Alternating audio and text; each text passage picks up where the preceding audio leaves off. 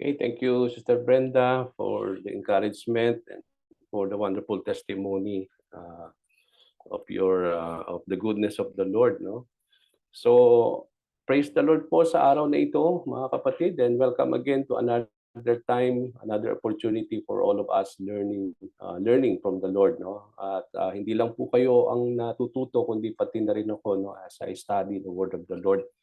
Okay, so magandang umaga at magandang hapon po sa mga nasa Philippines. Now, so far, we are now in chapter 2 ng ating pong pag-aaral dito sa aklat ng John. And so far, what we have learned so far is yung buong chapter 1. Although hindi natin minamadali ito, mga kapatid, because gusto nating himay-himayin lahat yung mga word for word so that we will not miss the opportunity to learn from the Lord. Kaya nga sabi nga doon sa salita ng Panginoon, no?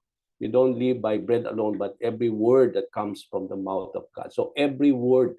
So yung lahat ng salita ng Panginoon, kailangan nating lamnamin. No? Hindi natin gustong palipasin yung mga bawat kataga na inihayag ng Panginoon na nagbibigay liwanag sa atin. No? Kaya napakaganda na i-word for word natin yung salita ng Panginoon para hindi natin ma-miss yung mga bagay na gusto niyang malaman patungkol sa kanyang mga salita. Throughout the chapter 1, ano yung natutunan natin? We talk about Jesus Christ as the living word of the Lord.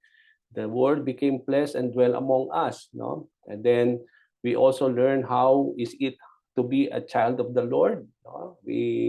Sabi nga natin last time, to be a child of the Lord is an opportunity. It is a privilege that God has given to all who had been given the right to become children of the Lord. So, ang isang anak ng Diyos ay binigyan ng karapatan upang maging parte ng pamilya ng Panginoon. And that happened to our Lord and Savior Jesus Christ. We talk about John the Baptist, no? Ano yung kanyang ministry, yung kanyang testimony that he is doing in those times. And we also talk about throughout the chapter 1, Jesus as the Lamb of God. And then last time we talk about the calling of the first disciples of Jesus. Now, lahat po yan ay nire-record natin, and so far sa ating pong pag-aaral, natapos na natin yung Book of Colossians, and then natapos natin yung Book of James, and now we come to the Gospel of John. So sabi nga ni Brens, lahat po yung mga teachings na yan, kung na-miss niyo, you can still go through it, no, sa YouTube channel, yung Discipleship Training. You can go through it and go from so that you can go through it na sa mga hindi natin o yung mga na-miss nating mga lesson, no, sa mga ating pag-aaral every Friday. Okay, so we go to chapter 2. Sa chapter 2 po, dalawang bahagi yan. But then we will not talk the two divisions today, but we will just concentrate on the first part, and that is in verses 1 to 11. Makita natin yung dalawang parte nitong chapter na ito, yung chapter 2 verses 1 to 11. Ito yung Jesus changes water into wine. Ito yung first miracle of the Lord in Cana in Galilee, at ito po yung pag-aaralan natin. Dito tayo mag-aaral sa araw na ito. And then yung second part noon is yung Jesus clears the temple, which is we will be discussing on next week, on next Friday. Kaya in advance, pag-aralan na po ninyo yung Jesus clears the temple, because doon po tayo mag-aaral next Friday. Okay, now let's go now to our lesson po, mga kapatid. And that is Jesus changes water into wine, verses 1 to 11 in chapter 2. Let me read it for all of us. If you have your Bible with you, can we just open it so that as we go along with this chapter from these verses, we will go word for word. We'll try to organize and we'll try to see what the Lord is trying to tell us on this lesson. Okay? Now, chapter 2, verses 1 to 11. On the third day, a wedding took place at Cana in Galilee. Jesus' mother was there, and Jesus and his disciples had also been invited to the wedding. When the wine was gone, Jesus' mother said to him, "They have no more wine." "Dear woman, why do you involve me?" Jesus replied, "My time has not yet come." His mother said to the servants, "Do whatever he tells you." Nearby stood 6 stone water jars, the wine used by the Jews for ceremonial washing, it's holding from 20 to 30 gallons. Jesus said to the servants, "Fill the jars with water." So they filled them to the brim. Then he told them, Now draw some out and take it to the master of the banquet." They did so, and the master of the banquet tasted the water that had been turned into wine. He did not realize where it had come from, though the servants who had drawn the water knew. Then he called the bridegroom aside and said, "Everyone brings out the choice wine first, and then the cheaper wine after the guests have had too much to drink, but you have saved the best till now." This is the first of his miraculous signs Jesus performed at Cana in Galilee. He thus revealed his glory, and his disciples put their faith in him. So purihin ang Panginoon sa kanyang mga salita sa umagang ito at sa hapon na ito. So let's study this wonderful story, a wonderful passage, kung paano po ipinakita ng Panginoon yung kanyang first miracle of turning water into wine. Dito po sa atin makikita sa verse 11, makikita natin dito, sinabi dyan sa verse 11, that this is the first of Jesus' miraculous signs that he performed at Cana in Galilee. So it was the first time that Jesus revealed his glory when he was here on earth. So makita natin dito mga kapatid from these wonderful verses, even in verse 11, na ito yung mga pagkakataon na ipinakita ng ating Panginoon, yung first miraculous sign, especially when he revealed his glory when he was here on earth, when he turned the water into wine. At nangyari ito, kung makikita natin sa verse 1, that this happened on the third day after Jesus reached Galilee. So, napakaganda na before we go through many passages in the Bible, tingnan natin yung mga plot, yung mga setting ng mga istorya para lubos nating maintindihan. Kasi sabi nga natin, as we go to the verses, as we study the Word of the Lord, hinahaluan ko po ng konting hermeneutics kasi doon tayo natututo kung paano ba tayo nag-i-interpret, paano ba tayo nag-aaral ng salita ng Panginoon. One of the most important thing for us to understand the Bible is that we need always to go into the stage of observation. Ino-observe po natin yung mga salita ng Panginoon. Ano ba yung nangyari? Saan ba ito nangyari? No? Kailan ba ito? So dito natin makikita na it always added to our understanding whenever that time that we see the plot, saan ba yan nangyari o kailan ba yan nangyari. And we come to understand from our verse today that sabi dito, on the third day, a wedding took place at Cana in Galilee. So doon pa lang, sa verse 1 pa lang, nagkakaroon na tayo ng proper understanding na sa ikatlong araw, merong pong kasal na nangyayari at ito'y nangyari sa Cana in Galilee. So from here, we will able to understand that this happened on the third day after Jesus reached Galilee. So ito'y nangyari pagkatapos daw ng ikatlong araw na nakarating si Jesus sa Galilee.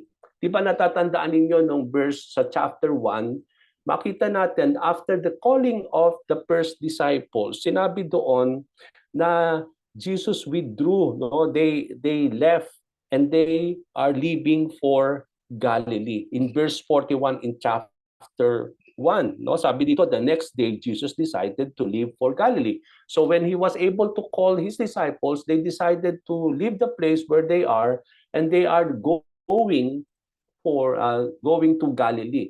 So after they reached Galilee, this is where it happened that after the 3 days na dumating si Lord sa Galilee, ito nga po yung nangyari, itong wedding na ito sa Cana sa lugar na yon. Okay? So it happened 3 days after Jesus Christ reached Galilee, after he called his first disciples. Now, ano ba itong place ng Galilee? Okay, another hermeneutic thing.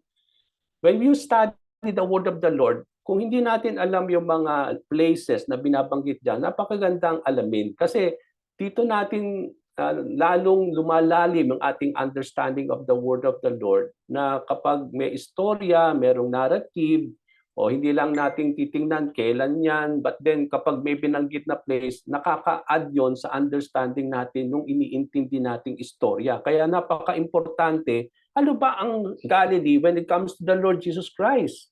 No? Ano ba yung relationship ng place na ito when it comes to the Lord? Kasi kung mapapansin natin, most of the ministry of the Lord ginugol niya sa place na yan, sa Galilee. Diyan niya binuhos. No? Hindi lang siya diyan nagbuhos ng kanyang ministry, diyan siya lumaki. No? Nazareth is part of Galilee. And here, ano ba itong Galilee na ito? Ano ba itong lugar na ito? Now, Galilee was the place that Jesus spent most of His ministry. Kaya kung pag-aaralan natin yung Ebanghelyo, yung Gospel of the Lord throughout yung Matthew, yung Mark, yung Luke, and John, makita natin dito that most of the ministry, most of the things that had been written regarding the Lord was spent in Galilee. So it was located in the northern part of Israel today. Kaya kung makita ninyo, kung makikita natin yung mapa ngayon ng Israel, makikita natin on the northern part of Israel, makikita natin doon yung Galilee. Okay? Now, this place was part of the Roman Empire at the time of the Lord Jesus Christ. And even in the writing of John here, makita natin that it was still part of the Roman Empire, especially in the time of the Lord. Alam natin, nung nag-start si Lord Jesus Christ ng kanyang ministry, Israel or Jerusalem was under the Roman Empire at that particular time. No? So Galilee is one of the three provinces in the ancient Palestine. So pag-aaralan natin yung Palestine in those time, no, isa sa mga tatlong pinakamalaking provinces yung Galilee. At kung makikita ninyo yung mapa, napakalaki yung area na nasasakop po nitong lugar na ito. And Jesus grew up and spent His earthly life and ministry in Galilee. Diyan siya lumaki. Kaya kung titingnan natin, ba't siya tinawag Jesus of Nazareth? Is because Nazareth is part of Galilee. No? Isa sa mga places sa Galilee itong Nazareth kung saan doon lumaki ang ating Panginoong Jesucristo. And from this place in Galilee, dito natin makikita that He spent His entire life, no, earthly life. And there is also where He started His ministry. To the point na yung first miracle din ay nangyari sa Galilee. And that is in Cana, Galilee. Kaya very memorable po itong place na ito sa Panginoon. No? Kaya makikita natin yung relationship ng place na ito na Galilee when it comes to the Lord, when it comes to His life, and also to His ministry. Now, what happened on that third day? Now, on the third day, sabi dito, a wedding took place at Cana in Galilee where Jesus' mother was there and Jesus, including His disciples, were invited. Okay, dito nakita natin yung setting na sa wedding na ito, nandun daw si Mary, okay, yung ina ng ating Panginoon. And also, although hindi natin makikita yung relationship ni Mary here, no, but from this story itself, parang meron siyang role o parang meron siyang gagampanan on this wedding. Kasi kung wala siyang pakialam dito sa wedding na ito, why he is so bothered, Mary was so bothered about when the wine has gone, no? So kasi kung siya ay isang bisita lang or someone who had been only invited, but bakit ganun very concerned siya nung nakita niya na wala na yung wine? Okay, and then he asked the Lord to do something about it. Okay, so here makikita natin that Mary was there, and then not only Mary, the mother of Jesus, pero makita natin even Jesus and His disciples were invited in this wedding. Okay, nandun si Jesus, ating Panginoon, kasama ang kanyang mga disciples. Now, in the wedding, makita natin sa verse 3, a time had come that there was no more wine to serve to the guests. So, nangyari po na during the occasion, nawala na, naubusan na ng wine, no, to serve sa mga bisita. And kung mapapansin natin in the context, no, makita natin in the context of in those times, yung serving of the wine, especially in wedding, is very important part of the equation. No? And especially in the time of the Lord. Kaya nga, yung kung may mga kasal in the time of Jesus Christ, in those days, mahalaga po yung wine, no? Not only the food, but also the wine, no? Because throughout the occasion, throughout the wedding gathering, tuloy-tuloy yung pagsiserve ng wine in those times, no, in those days. So yun yung kanilang kultura, yung kanilang tradisyon na in those days when they will have a wedding, they see to it that yung wine will be overflowing, because that's an important part of the celebration, kapag merong kasal. So yun yung isang kultura na makikita natin dyan, no? So even in gatherings, nandyan lagi yung wine, in the time of the Lord Jesus Christ. So it happened that when the wine was gone, nung naubusan daw ng wine, it happened that when the wine has gone, that Jesus' mother stood up. Okay, ito na si Mary. So tumayo siya, and then she came to the Lord Jesus Christ. And she informed Jesus that there was no more wine to serve. So dito natin makikita na from that understanding itself, although hindi naman minention dito sa Bible na Mary was playing an important part in this wedding, pero very concerned siya, no? Kung makikita natin dito, it may be somehow there is some suggestions ng mga theologians, ng mga Bible scholars, bakit very concerned si Mary when it comes to the wine, no? Nung nakita niya na wala ng wine to be served, at lumapit siya kay Lord Jesus Christ to do something about it. So anong suggestion dito? Ang suggestion sa mga theologians, mga kapatid, for our karagdagang mga kaalaman natin, although we cannot truly say na ito talaga yung totoo, but then these suggestions can still add to our understanding regarding the passage that we are learning. Okay, although hindi man natin ito ma-consider na ito talaga, but then somehow these suggestions, these things that the theologians are saying can still add to our understanding regarding the passage that we are learning. So isa sa mga suggestion that makikita natin dito, that it was suggested that that Mary must have known the bride and the groom well, and she do not want the celebration to end its excitement, no? So parang makikita natin dito, sabi ng mga theologians, why Mary was so concerned about it is because Mary knew this bride and groom, no? Parang kakilala niya, or parang related siya when it comes to dun sa mga ikinasal, no? So yun yung sinasabi ng mga theologians, that's why she was so concerned. Or some mga suggestions din is that, di ba, meron sa wedding, meron mga coordinator na namamahala, especially dun sa reception, di ba?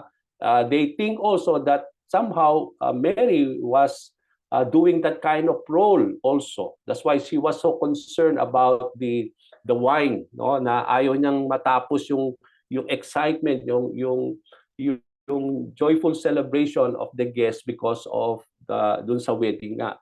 It was also suggested that the family of Jesus Christ, no, yung buong pamilya ni Jesus, including Mary and all the family of the Lord, no, was so related with the family of these people who had been married, no? So yun yung sinasabi nila, not only it may be Mary knew the bride and the groom, pero marami din nagsasabing mga theologians na ang pamilya daw ni Lord ay very related dito sa pamilya na ikinasal. Kaya nga they were so concerned about this wedding. So ito yung mga suggestions ng mga kapatid. But then, kung pag-aaralan natin yung salita ng Panginoon, wala naman sinabi doon why Mary was so concerned about the wine. Pero ang nakita natin dito, when Mary knew that na wala ng wine, she stood up and then she came to the Lord Jesus Christ, and then she said to the Lord, do whatever, sabi dito, no, they have no more wine. So in-inform ni Mary si Jesus Christ na wala ng wine. Okay? Now, what is something here that we need to fully understand, no, when it comes to this, no? it was, sabi nga natin, no, na wine played a very important part in the wedding. So here, napaka-importante na we need to understand really what is the implication of this when it comes to the Lord Jesus Christ. No?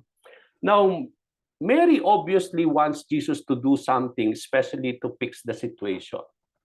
Kasi kung makikita natin, alam na natin when it comes to Mary, no, she knew her son Jesus Christ. Even at the start, even nung bago pa niya that Mary carry on her womb Jesus Christ. Marami nang sinabi ang anghel dito sa batang ito sa kanyang sinapupunan, that she will be called, that the child you will be called will be the Son of the Most High. So meron siyang expectation that Jesus will be doing a lot of ministry. Even she very knew that there will be time that Jesus will be performing miracles, no, in fulfilling the ministry and the mission that God will do in the life of our Lord. So Mary obviously wants Jesus to do something, especially to fix the situation. Kasi alam niya, hindi siya lalapit kay Lord Jesus Christ kung hindi niya alam na merong kayang gawin si Lord sa situation. Okay? Even to the point that he is expecting that Jesus will do a miracle. Come to think of this, no?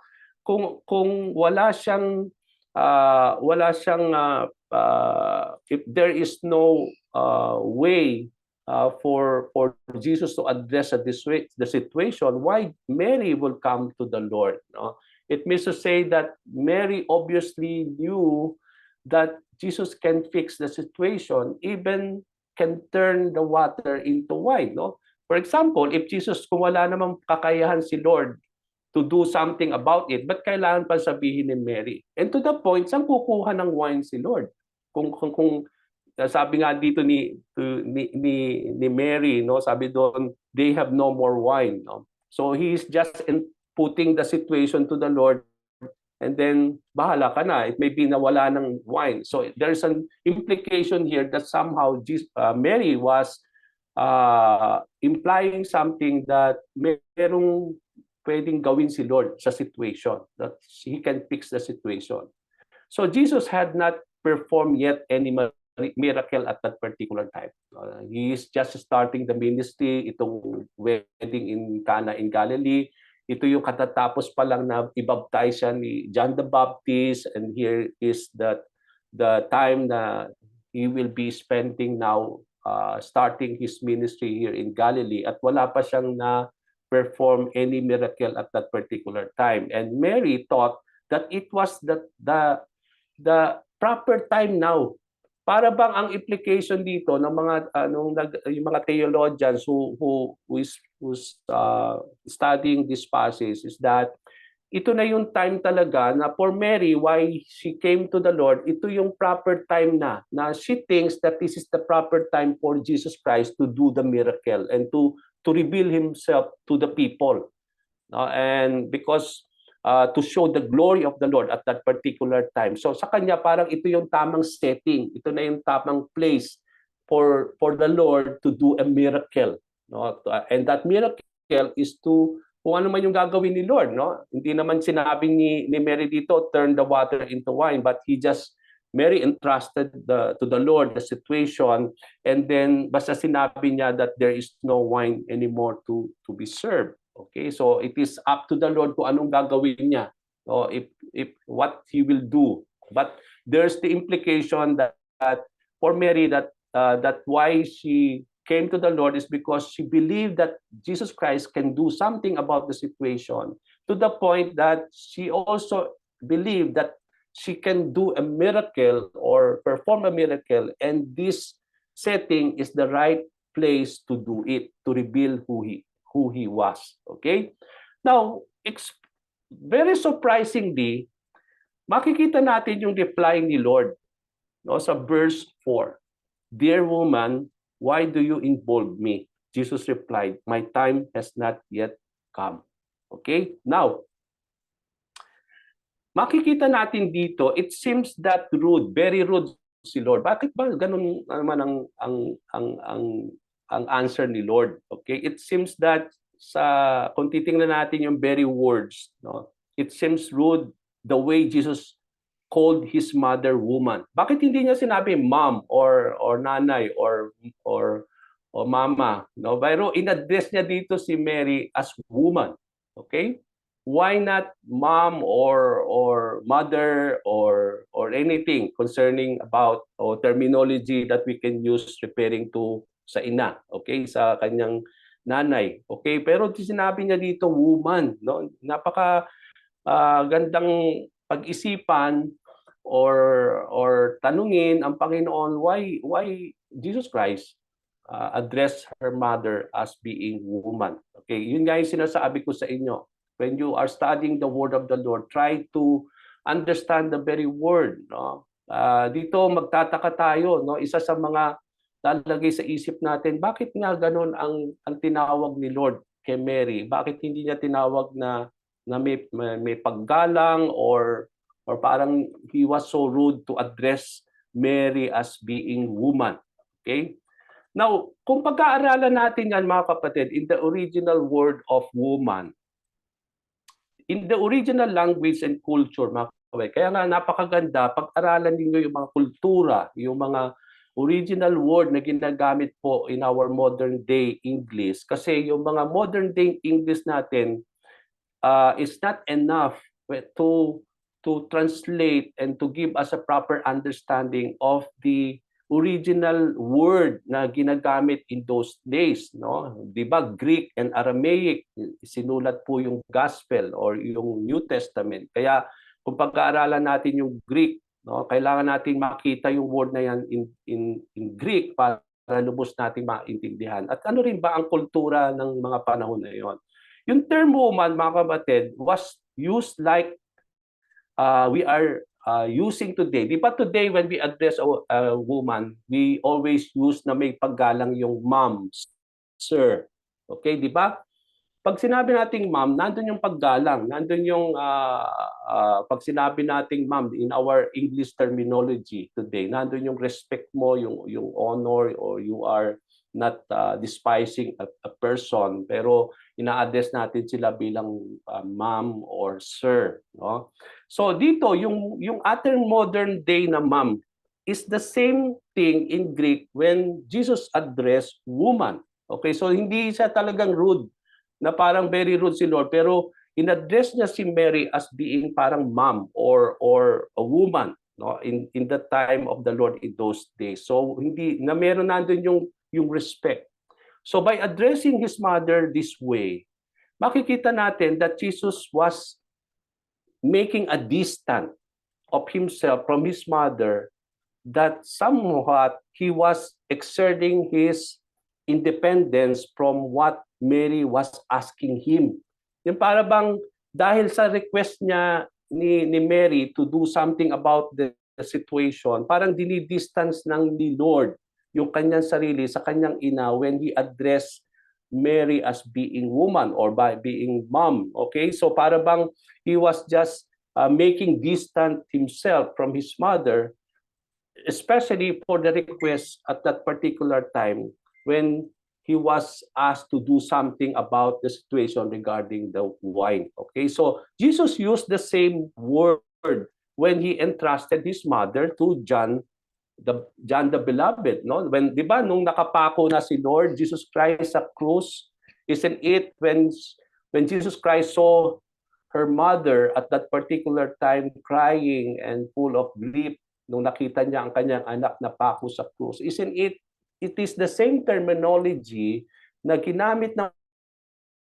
Panginoon to address her mom. Okay, di ba sinabi niya, woman, here is your son, here is your mother. She is, nandun yung paggalang niya, nandun yung pagmamahal niya kay Mary, na ini-entrust na ang kanyang ina sa kanyang isa sa mga well-trusted disciple na siya na ngayon ang magte-take care. So kung hindi po nandun yung respeto, paggalang ni Lord sa kanyang ina, hindi po niya yung gagawin. So here, makikita natin, in-address niya rin ang kanyang ina, no, as being woman. Okay, so here, makikita natin, it is not a very rude word, no, considering that Jesus Christ himself is God. Okay, he can really say to Mary as being a woman because he is God. No? But then, hindi niya pinaiiral yun here. So here, he's just distancing himself from the request. That's why he addressed her mother in this kind of terminology. No, she called Mary as being woman.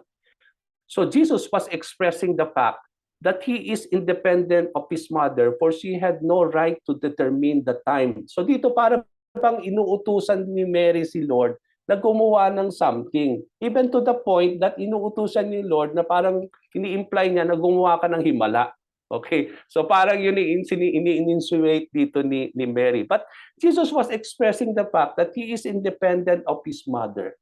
Na hindi si Mary ang magdidikta kung kailan maggagawa ng miracle si Lord, o hindi si Mary ang magdidikta na magdedetermine in what manner will the Lord will do to reveal His glory, although Mary was His mother. Okay, wala siyang, although siya yung kanyang ina, pero hindi, although siya yung kanyang ina, but then Mary has no right to dictate the Lord.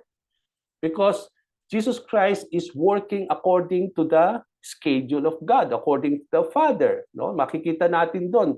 When it comes to the Lord, he was so strict, stick to his time, to his timeline, no, of doing things when it comes to his ministry.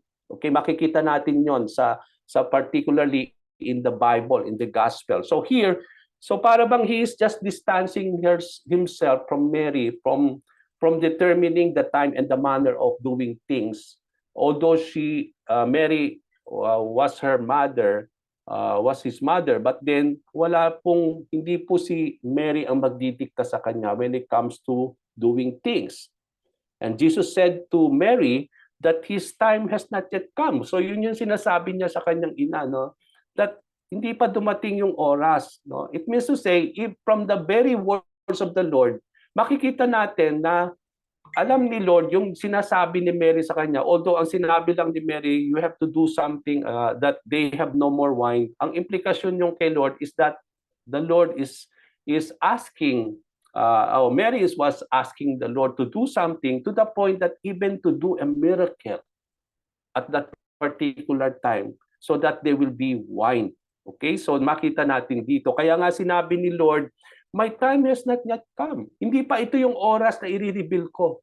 Hindi pa ito yung oras na tamang panahon para i-reveal ko yung sarili ko, yung to reveal my glory in this type of setting. Okay, because Jesus Christ was working according to the setting of time allotted by the Father regarding His ministry na gagampanyan here on earth. Kaya nga may mga sandali, di ba?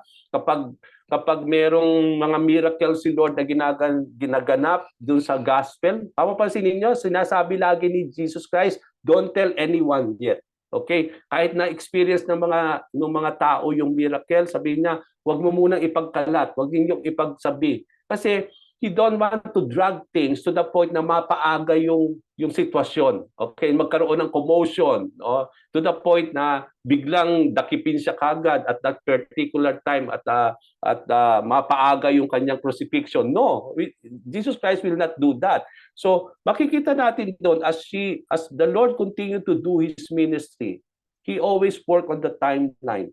He always work to the proper timing. Hindi siya gagawa ng mga bagay na hindi po talaga yung tamang oras. And even to this point, that He will not do something about it because Jesus Christ says, this is not yet my time to reveal anything about me or even to do a miracle at all. Okay? But then mamaya titingnan natin po yan. Okay? Titingnan po natin yon mamaya.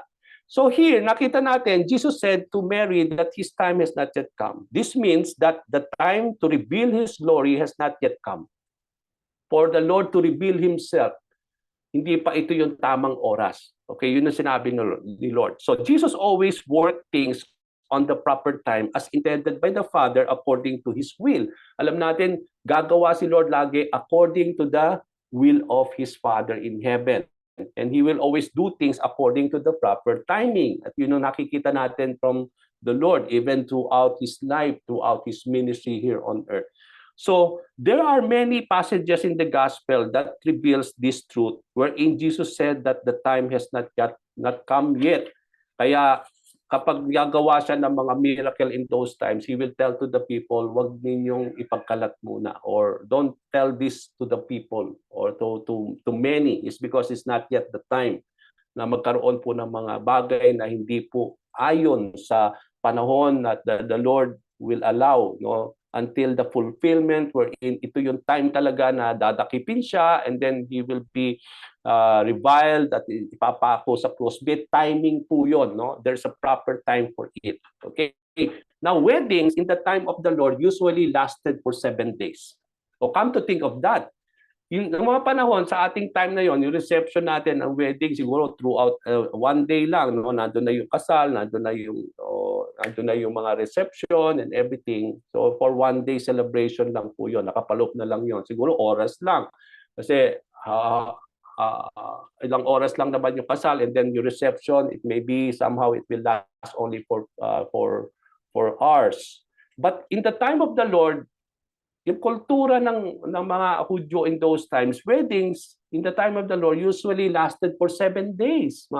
Isang linggo na celebration po yun. Okay, come to think, during those days, it was expected for food and wine to overflow. So for 1 week celebration, so kung ikaw po yung master banquet or yung gagawa ng celebration na ito for the bride and for the groom, you will see to it that food and wine will overflow. So it will be enough for this 1 week celebration. So here, makita natin dito sa verse 5, Mary told the servants, no? So nung sinabi ni Lord, my time has not come, as if para bang the Lord is tinuldukan na as if he will not do something about the situation. My time has not come. Okay? But then, Mary, alam natin si Mary, no? She really was so, alam natin that she knew very well about his son. And that's why even she think that even ganun ang sinabi ni Lord, Mary believed that Jesus Christ will still do something about the situation. That's why Mary told the servants, do whatever he tells you. So nandun pa rin yung kanyang understanding to the point that Jesus will do something still about it, even though sinabi na ni Lord that this is not yet the time for me to do something, to reveal myself. Okay, so, but then sabi niya sa kanyang mga servants, sabi ng servants, no, gawin ninyo kung ano man yung sasabihin ni Lord sa inyo. Okay, so here, there's an implication already that Mary still believed that Jesus will do something, even though it was expressed by the Lord that that is not the proper time to reveal himself. So verse 6, no? She knew that Jesus will do something about it. Verse 6, it was mentioned that there stood 6 stone water jars nearby. So dito, napaka-inam na makita natin na meron pong jars, no?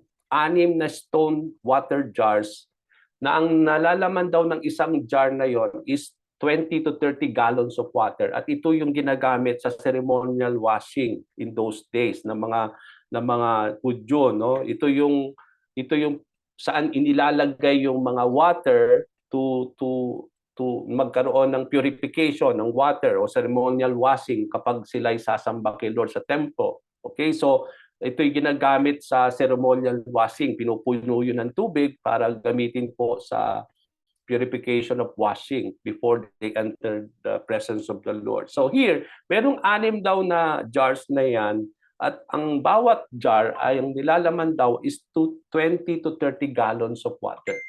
Okay, so here, so nakita na doon, binanggit doon na meron to.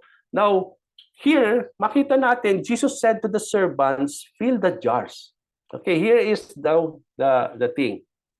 Nung nakita ni Lord yung 6 na yan, inutusan niya po yung mga servants to fill the jars with water. And then makita dito that after that, so they filled them to the brim. So yung mga servants, pinuno ng tubig itong mga jars na ito, itong 6 na jars na ito, hanggang itaas to the brim. Okay, so punong-puno ng tubig. And then what is the commandment of the Lord? Now, after they have filled the brim, then Jesus Christ told them in verse 8, now draw some out and take it to the master of the banquet. Okay, now, this is now something that is so interesting. Yung mga alila, alam nila tubig yon. Okay, Jesus Christ told them, okay, take some of that water and bring it to the master of the banquet. Okay, so here, there's something that is going on here. Okay, so kung ikaw yung isa sa mga servant na yon at magdadala ka ng something to the master of the banquet, I think you will be put into trouble because you knew very fact that ito'y tubig. Na alam mo talaga tubig lang yon dahil come to know, hindi naman nila alam kung si Lord or hindi naman nila kakilala si Lord. Hindi naman nila nakita na ginawa na palang wine ni Lord yon. Paano nila malalaman yon? Pero alam nila tubig lang yun talaga. Okay, here comes Jesus Christ. Take some of it and bring it to the master of the banquet. Pero makikita natin dito, sabi dito, then Jesus commanded the servants to draw some from the jar and take it to the master of the banquet. It was at that time pala, when he was saying this, it is the time that Jesus already turned the water into wine. No, at that particular time.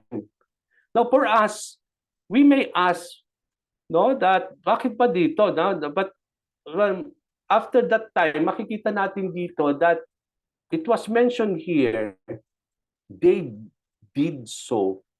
No? Sinunod nila si Lord Jesus Christ. They took some of the water and they brought it to the master of the banquet. And then, ang sabi dito, the master tasted the water and had been turned into wine. So dito natin makita na hindi na talaga siya tubig. It already turned into wine. So he did not realize, sabi dito, where it had come from. Though the servants had drawn the water, they knew that it is water only. Okay, so makita natin dito there's a miracle that had happened. Now, here is the question. Okay, for us, we may ask, why at the first instance, Jesus do not want to do the miracle? Pero bandang huli, ba't ginawa niya pa rin? Okay, kung hindi pala oras pa rin at that particular time to reveal himself, bakit ginawa pa niya? Okay, para bang pabago-bago ba ng isip si Lord? No, yun yung papasok sa isip natin. Okay, parang parang walang isang salita si Lord, sasabihin ng iba, no, bakit nagbago isip ni Lord? O bakit ano yung nagpabago sa sitwasyon? Bakit ginawa pa rin ni Lord? Although sinabi naman niya na hindi pa time for him to do anything or to reveal himself or to do a miracle at that time. Pero bakit ginawa pa rin ni Lord yung miracle? Okay, this is a napakagandang pag-aralan, mga kapatid. Ayaw nating palipasin ito. Kasi gusto nating masagot yan. Kasi yan ang big question sa mind natin kagad. Bakit ginawa ni Lord? Sinabi niya, hindi pa. O bakit he still do the miracle at that time? So, dahil sabi niya, the hour has not yet come. Now, there are several answers to this. There are several implications and suggestions to this. Isa sa mga suggestion, kung pag-aaralan po natin yan, it was suggested that Jesus performed the miracle anyway to demonstrate respect and compassion to Mary. Dito pa rin, ipinakita ni Lord. Sabi nila, no? Some theologians says that it was suggested na nanaig pa rin yung relationship niya kay Mary. That Mary, ayaw niyang hayaan si Mary na mapahiya. It may be somehow, sabi ko nga kanina, na may implikasyon that Mary is playing an important role in this banquet celebration. Okay, so ayaw niya malagay si Mary into a situation that he will be put into disgrace. That's why sabi ng mga theologians, sabi nilang mga suggestion is that Jesus performed to demonstrate the respect to her mother and to the compassion for Mary, but still prioritize the scheduling with which the work of God has to be done.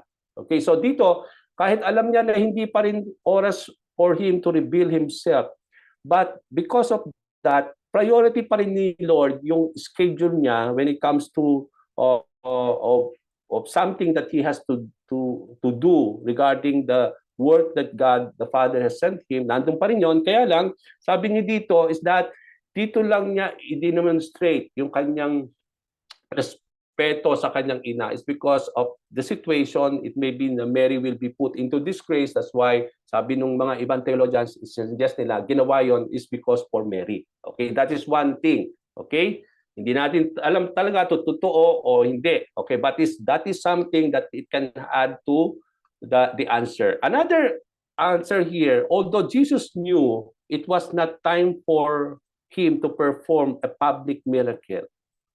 Okay? Now, he did perform the miracle with discreet and only select group of people witness it. Okay? Come to think of this, hindi niya ginawa yon para malaman ng buong tao. Kahit nga yung master of the banquet, hindi naman nila alam din kung saan kinuha ng alila yung wine. Na ang akala nila up to this time, wine pa rin yung kanilang iniinom, but it is already water turned to wine. Okay? At nabigla nga sila, no? Sabi nung master of banquet, in ang custom nila doon, inuuna muna yung yung very quality, yung first quality of wine, yun munang isineserve. Tapos yung parang less quality of wine, yun yung sineserve later on, yung papatapos na. Okay, but here, napigla yung master of the banquet that even at this time, na para bang patapos na yung celebration, no, yung para bang isineserve na wine is still very first class. No? Yung para bang nagtataka sila to the point na wala namang nakaalam. Kung titingnan natin, sino ba ang nakaalam ng miracle? Si Jesus lang, ng mga disciples, si Mary, at yung mga alila. Yun lang po ang nakaalam. So, it is different if Jesus will do it in a public thing na buong tao doon makakaalam ng miracle. So, dito natin makita, in-stick pa rin ni Lord that it is not time for Him yet to reveal Himself publicly, although He has done the miracle, because hindi naman talaga marireveal talaga actually kung sino siya at that particular time. Okay, ang nakaalam lang noon is that yung mga ilang alila, hindi natin alam kung ilan yung mga servants na yon, na alam nila na ito'y tubig, sila yung nagpuno nun, pero naging wine. So yun lang sila ang nakakaalam noon, ng miracle na yon, na hindi naman din ni-reveal nila. Okay, si Mary lang ang nakaalam din, because later on, kita niya na Jesus indeed did something about the situation, and then yung mga disciples ni Lord. So, dito makikita natin na I go for the second thing. It's not about the compassion and the respect of Jesus for the mother, but I believe Jesus knew the fact that even though He will do it, hindi niya pa rin binali yung kanyang sinabi, that it is not time for Him yet to come publicly, ang sinasabi doon. Yung para bang buong tao, i-reveal na niya yung sarili, but to some only, to the point na it may be somehow that Jesus want to do this miracle for Mary, no, not for all to witness everything, but I believe it is still for the compassion and the respect for her mother why she has done it, and she has done it in the sense na hindi pa rin niya binali yung kanyang sinabi, yung kanyang time frame, and he has done it in so discreet that only select group of people witness it. Okay, so doon natin nakita yon. So here, makikita natin Jesus acted and performed His first miracle, and He turned the water into wine, but He do so in a very subtle and subdued way. No, hindi yun yung para bang may kayabangan or something that He has to do to the point that He will not be stick to His to what He says, no, but we believe that He always stick to what He says, no. At makita natin dito that He has done it in a very discreet, in a very subtle and subdued way, that only the servants, Mary and a few disciples, knew and saw what He had done. And it was done without the intention for everyone to know it, for the time to reveal His glory has not yet come. So nandun pa rin yun, no? That it's not time for Him to publicly reveal His glory to the people, but He has done it, and to the point just to do something about the situation. And so He has done the first miracle. So the miracle was to introduce the disciples to His ability. Now, anong intention ba talaga? Bakit ginawa ni Lord yon? To the point that very few people ang nakaalam. Now, makikita natin dito sa verse 11. Bakit anong intention ni Lord? May kay Mary ba or ano bang talagang intention niya? Makikita natin ang dahilan po mga kapatid in verse 11. Ang sabi po sa verse 11, this is where I will end. Okay, sabi dito, this, the first of his miraculous signs, Jesus performed at Cana in Galilee. He does reveal his glory, and his disciples put their faith in him. So for whom it did, bakit niya ginawa yun? It is for his first disciples, so that they may put their faith in the Lord. Okay? So although he revealed his glory not to all, to the public, but he revealed his glory most importantly to his disciples. Kasi ito na yung time talaga that the Lord will build himself to his disciples. That is the time that he will reveal himself who he was to his disciples. And although hindi pa kumpleto ang mga disciples in those times, very few pa lang, as what we have seen from chapter 1, hindi pa complete. But then, the intention of the Lord is to reveal His glory to His disciples. So that, anong reason? So out of this miracle, the disciples will put their faith into the Lord, that they may believe the Lord Jesus Christ. This is the time that Jesus Christ will build up his identity to his disciples. And to do that, they need to see the Lord. And that explains itself why he did the first miracle in those times. Not to reveal his identity, his glory, his everything about the Lord publicly to all, but particularly muna, ginamit niya yon para sa kanyang mga tagapagsunod so that they may believe the Lord Jesus Christ. The servants did as what Jesus told them and took it to the master of the banquet. The master of the banquet tasted the water and they had turned into wine. So the miracle is to introduce the disciples to his ability and not to show off or to go public with his power. It is the intention of the Lord just for the disciples to witness it so that they may come to know now the Lord as he will now start to disciple them, as it is important for the Lord to do it so that they may put their faith in the Lord Jesus Christ. So that explains itself. Makita natin bakit still the Lord revealed, did the miracle, although he said that it's not yet has come, but the same thing, ganun pa rin naman, the time has not yet come for him to reveal himself, to show his glory in the public, to all the people.